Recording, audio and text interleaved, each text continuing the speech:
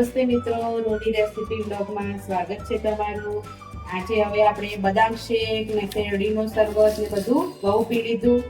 હવે આપણો વારો છે હવે કંઈક નવું ડ્રિંક બનાવવાનો, એકદમ ગરમીમાં ઠંડક પણ આપશે અને ઉનાળામાં તમે એક ગ્લાસ પીશો તો પણ એકદમ રાહત થઈ જશે અને ઉપવાસમાં પણ ચાલે એવું ડ્રિંક બનાવીશું। ભાગ્યે જ તમે કોઈએ પીધું હશે લીલા નાળિયેરનું જ્યુસ। તો ચલો આપણે જ્યુસ બનાવીએ લીલા નાળિયેરનો। તો એના માટે મેં પાણીવાળું નાળિયેર આવે છે લઈ લીધું છે આખું। હવે આને આપણે ધીમે રહીને આખું કાઢી લઈશું બહાર। તો આ રીતે આપણે પાછળની છાલનો ભાગ આપણે ટોપરાનો કાઢી લઈશું અને નાના નાના ટુકડામાં સમારી લેવાનું છે। આ રીતે કાઢી અને એક સાઈડમાં આ રીતે નાના ટુકડામાં આપણે સમારી લેશું। એકદમ આ જ્યુસ તમે ફરાળમાં બી ઉપવાસ હોય ને એક જ ગ્લાસ પીશો ને તો આખા પેટમાં પણ ઠંડક થઈ જશે અને તમને ભૂખ પણ નહીં લાગે।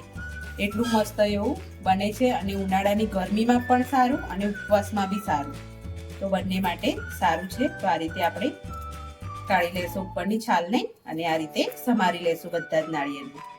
તો આપણે બધા નાળિયેરને કાઢી લીધું છે, તો આપણે મિક્સર જારમાં એડ કરી દઈશું।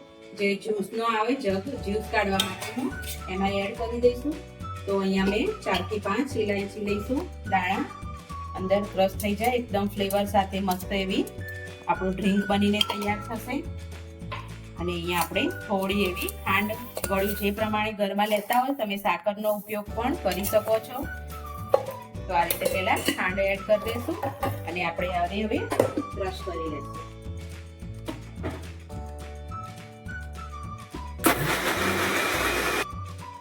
હવે આટલું ક્રશ થઈ જાય એ પછી આપણે એમાં દૂધ એડ કરવાનું છે। દૂધની ક્વોન્ટિટી આપણા શ્રીફળ ઉપર જાય છે કે કેટલું આપણે એડ કરવું। તો અહીંયા હું 500 ગ્રામ જેટલું દૂધ લઈ લઈશ અને પાછું ફરીથી આને ક્રશ કરી દઈશ। દૂધ કોઈ પણ હોય, કાચું દૂધ હોય તો પણ ચાલે, ગરમ કરેલું હોય તો આપણું મસ્ત એવું નાળિયેરનું જ્યુસ તૈયાર છે। એકદમ અંદર જો ક્રશ થઈ ગયું છે નાળિયેર આપણું, આ રીતનું ક્રશ કરવાનું રહેશે। હવે આપણે સર્વ કરી લેશું।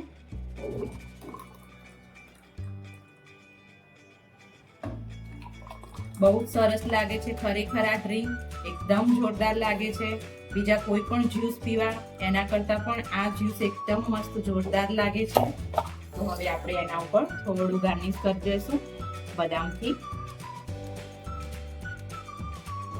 એકદમ હેલ્ધી ડ્રિંક તૈયાર છે અને જે કોઈ પણ નાળિયેર ના ખાતું હોય, જેને ખવાતું ના હોય તો એ પણ આ ઉપયોગ કરી શકે છે। એકદમ સરસ લાગે છે આ ડ્રિંક।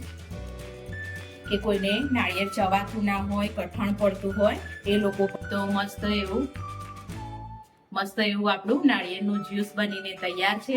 તમે પણ તમારા ઘરે ચોક્કસથી બનાવજો અને કમેન્ટમાં જરૂરથી કહેજો કે કેવું લાગે છે અને બનાવજો તો ચોક્કસથી। એકદમ સરસ લાગે છે, મને તો આ બહુ જ ભાવે છે। તો તમે બનાવજો ઘરે અને વિડીયો ગમે તો લાઈક, શેર, સબસ્ક્રાઇબ કરજો। Thank you.